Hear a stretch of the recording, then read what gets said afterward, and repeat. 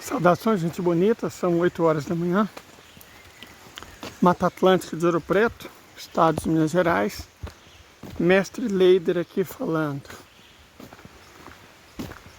18 graus Celsius, dia 3 de janeiro de 2025, vamos trocar umas ideias. A primeira é: se você é diabético, não saia de casa em jejum para uma grande caminhada. Pode ter problemas. Nossa Senhora. Mas vamos falar um pouco sobre geopolítica. Primeiro, a Europa.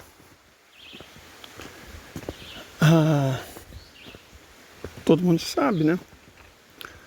O Olaf Scholz recebeu um voto de desconfiança e o parlamento foi desfeito. Inclusive demorou, né? Ele e os verdes destruíram a Alemanha. Destruíram a Alemanha. Certo? Annalena Baerbock, a suposta feminista verde, que não defendeu em momento algum as mulheres palestinas e que destruiu a indústria alemã ao implantar o verdismo, que chegou à conclusão que usinas nucleares eram do mal e não sei o quê, que a Alemanha tinha que se livrar delas. E, paralelamente, instou o governo alemão a entrar em guerra contra a Rússia, que era quem fornecia as outras fontes de energia, gás, petróleo, carvão, para a Alemanha. Então a Alemanha destruiu o que tinha e abriu mão do que recebia para agradar os democratas dos Estados Unidos. Como consequência, a indústria alemã, isso era previsível, né, por qualquer pessoa que tivesse um cérebro, como consequência, a indústria alemã foi pro ralo. A indústria alemã era o sustentáculo da economia europeia. Pois bem, sem siderúrgica, sem metalúrgica, sem química, sem automobilística, mecânica, já era. Sem fonte de energia barata, a indústria não se sustenta, é simples assim. E a Alemanha de Olaf Scholz e Annalena Baerbock abriu mão disso para agradar os democratas dos Estados Unidos. As consequências, como previsível, têm sido dramáticas. Recessão, desemprego, carestia, fome, certo? Desindustrialização. E isso se alastrou, evidentemente, por toda a Europa, do qual a Alemanha era uma espécie de substrato, de sustentáculo, na verdade. Menos para a Itália, né? A Itália de Meloni foi um pouco mais inteligente do que isso. E a França do Macron também, que continua importando gás e petróleo russo, aliás, mais do que antes. Os outros países se lascaram. A Europa inteira foi pro buraco. Diante disso, é fácil prever que o Olaf Scholz não tem a menor, nem a mais miserável chance de ser reeleito. Na verdade, os sociais-democratas vão tomar uma tunga que só não vai ser maior do que a tunga que será tomada pelo Partido Verde. Certo? O Partido Verde vai para a extinção, que não deixa de ser irônico. O Partido Verde vai chegar próximo à extinção na Alemanha. A conversinha feminista, ecológica da Annalena Baerbock e dos jovens identitários fanáticos dela não engana mais ninguém, não. Já era. Quem vai ganhar provavelmente vai ser os democratas cristãos, né? CDU. Só que aí vai vir uma coisa, que é a grande pergunta. Os verdes vão ser extintos, ou chegar próximo disso. Mas e os sociais-democratas vão ficar em segundo? Eu não creio, sinceramente. Eu não creio que eles sejam capazes de ficar em segundo. Eu acho que eles vão ficar em terceiro. Quem vai ficar em segundo, então? A AfD.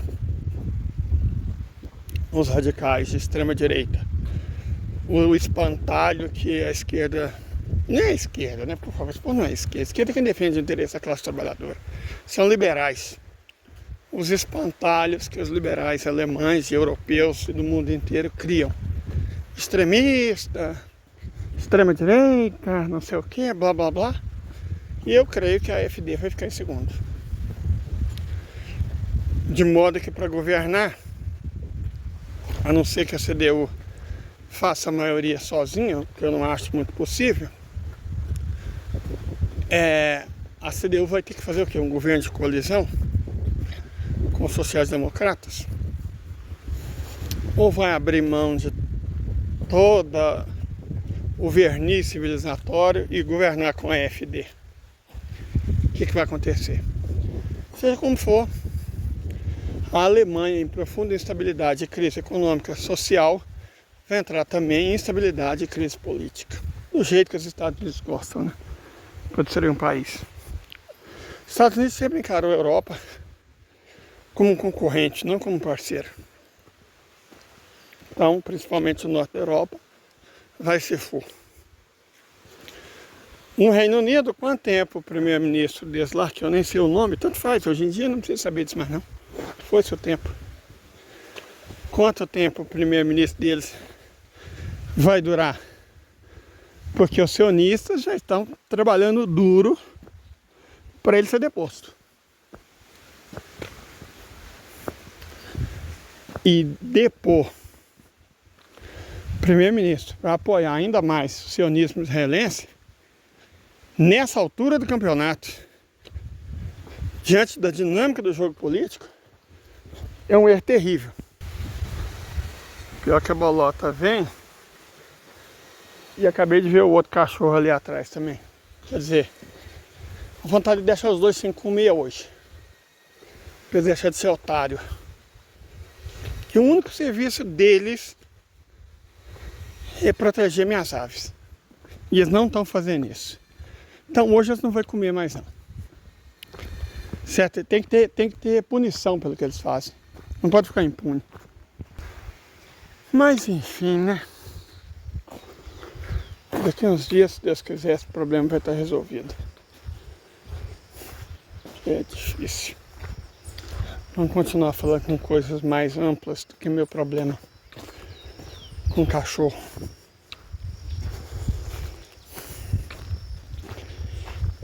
Incrivelmente, isso ilustra bem os tempos em que vivemos.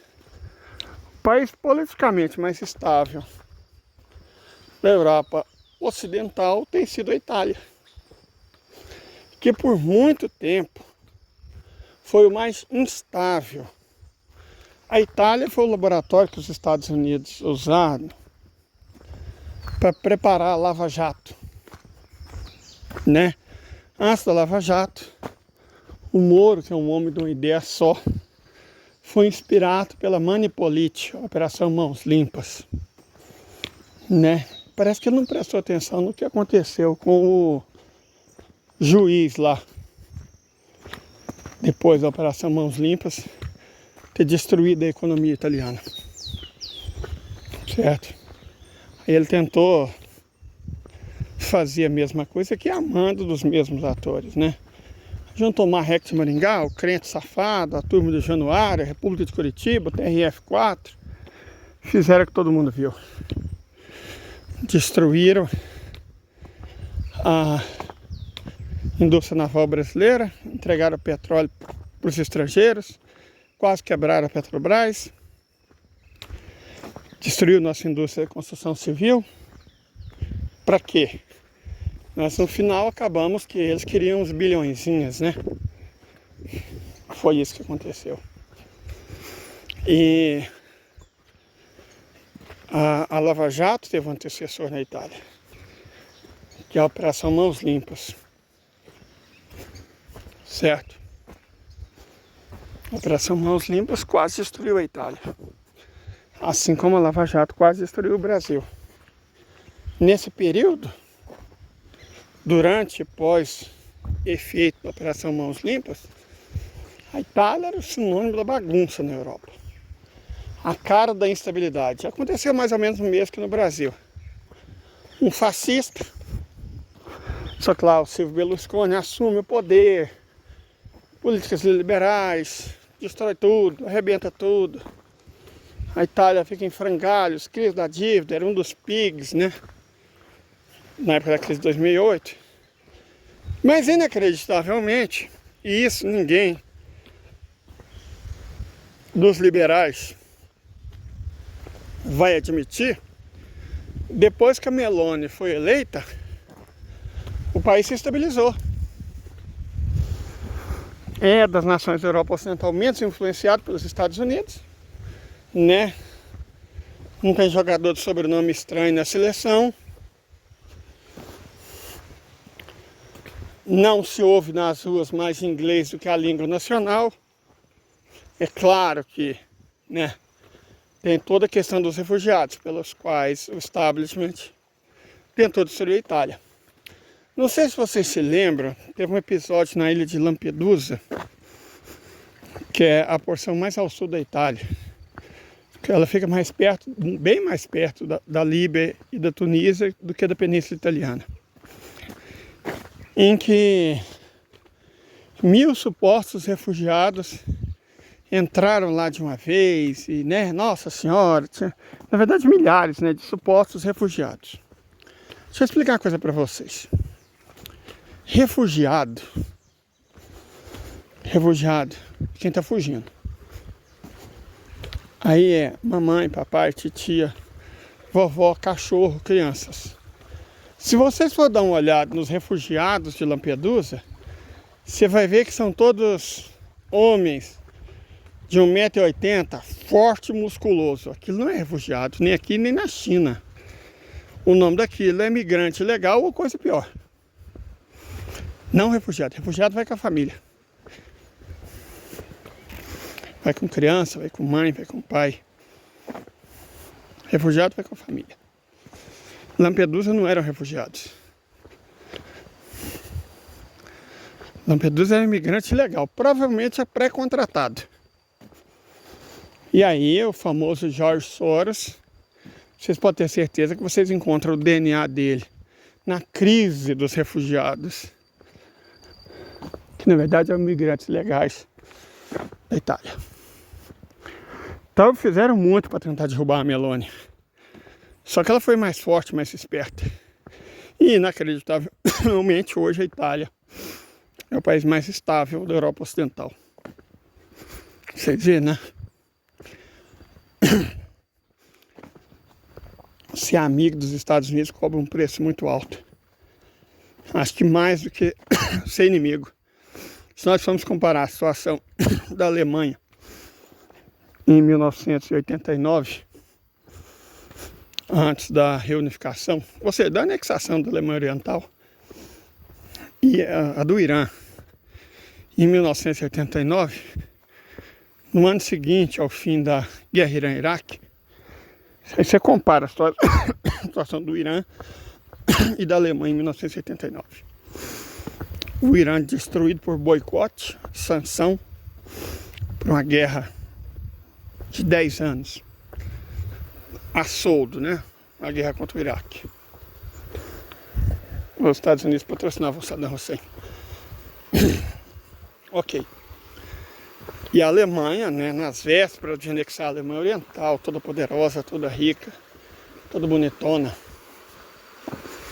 A Alemanha era a terceira economia industrial do mundo, a ocidental, e a oriental a 11ª economia industrial do mundo, apesar de só ter 16 milhões e meio de habitantes. Todo mundo achava que uma nova superpotência estaria surgindo. Certo? Peraí, gente, tem que tomar cuidado aqui, senão eu vou ser molhado por carro. Eles não são sacanas, sabe? Ninguém passa correndo e molha a gente de propósito. Mas olha o estado da estrada que eu tô andando, gente. Olha o estado. Certo? Então, você tem que tomar alguns cuidados para a lama não ser arremessada em você. Por mais cuidadoso que o motorista do veículo seja, difícil. Mas voltando ao assunto. Aí você compara com a situação da Alemanha hoje e a situação do Irã hoje.